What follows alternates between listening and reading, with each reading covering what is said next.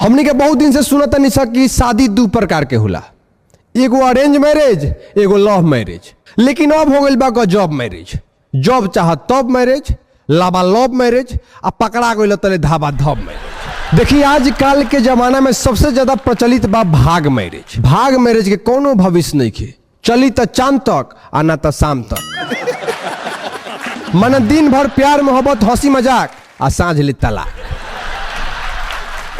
देखिए कितना बढ़िया हंसता रहे। अब भाग मैरिज के सबसे भारी नुकसान ही बा कि अगर लड़की एंड टाइम पर पलट जाई तो तहार माय जवानी कोर्ट कचहरी में ही लटक जाए।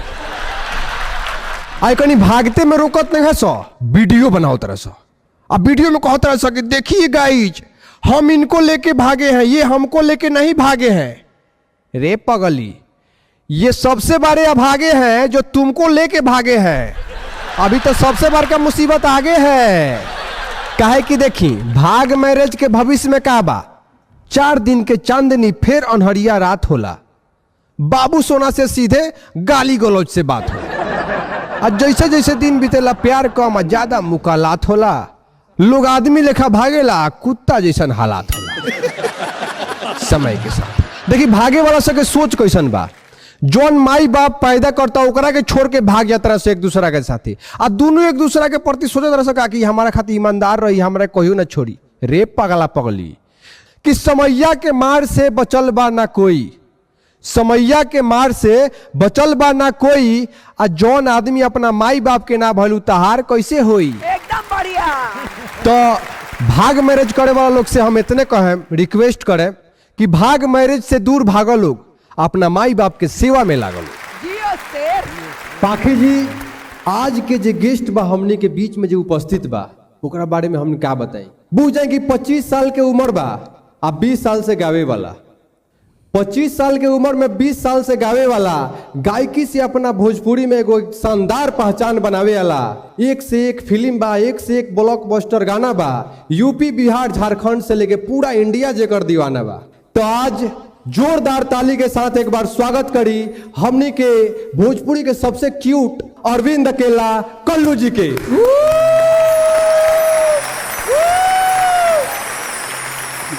बहुत बहुत स्वागत है भैया, बहुत बहुत धन्यवाद। नमस्ते कल्लू जी। नमस्ते नमस्ते नमस्ते। आपका जेपी यादव शो में स्वागत है। बहुत बहुत धन्यवाद, बहुत बहुत धन्यवाद। अब पाखी जी के देख के क्या कहे,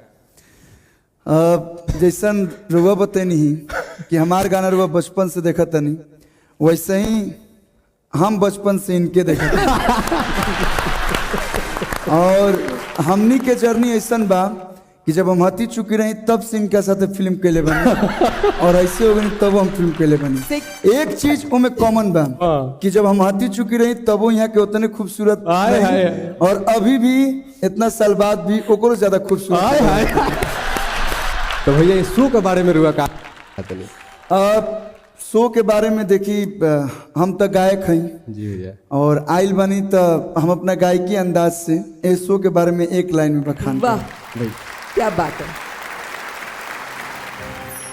कि तू देख ला वो तू देख ला हो जे पिया दोसो आइल बा, तू देख ला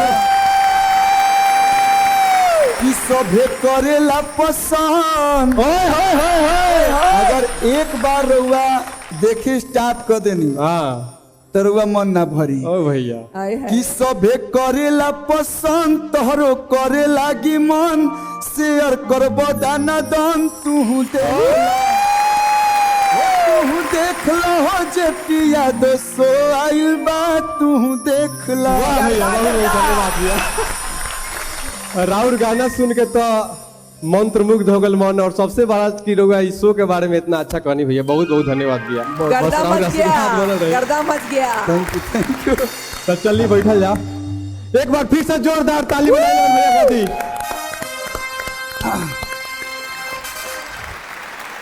भैया रउआ 20 साल से इंडस्ट्री पर राज करतनी। शुरुआत वो बेरा भइल जब आदमी खेले खाए ला, एकदम गांव जवार में घूमेला और वो बेरा स्टार रही। और जब वो शूट करत होखे एल्बम तो हीरोइन तो एकदम बर बर होइलो और हुआ कहाँ एकदम बच्चा क्यूट, बहुत क्यूट रही से। बहुत महिला लोग यहाँ के ज्यादा पसंद कर, बहुत ज्यादा क्यूट और बहुत ज्यादा इनोसेंट और उतने ही सीधे हैं। तो जब एल्बम शूट करत रही रुआ तो ओबरे तो जरूर कुछ ना कुछ कहानी ऐसा भइल हुई।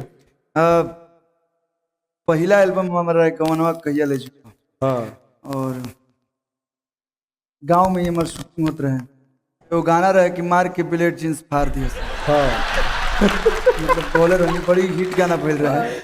तुम एगो लाइन रहे लड़की के थोड़ा सा टी शर्ट ऐसे उठावे करे हाँ हम पहली बार बताओ तनी कि हम जैसे ही टी शर्ट उठनी लगनी रोवे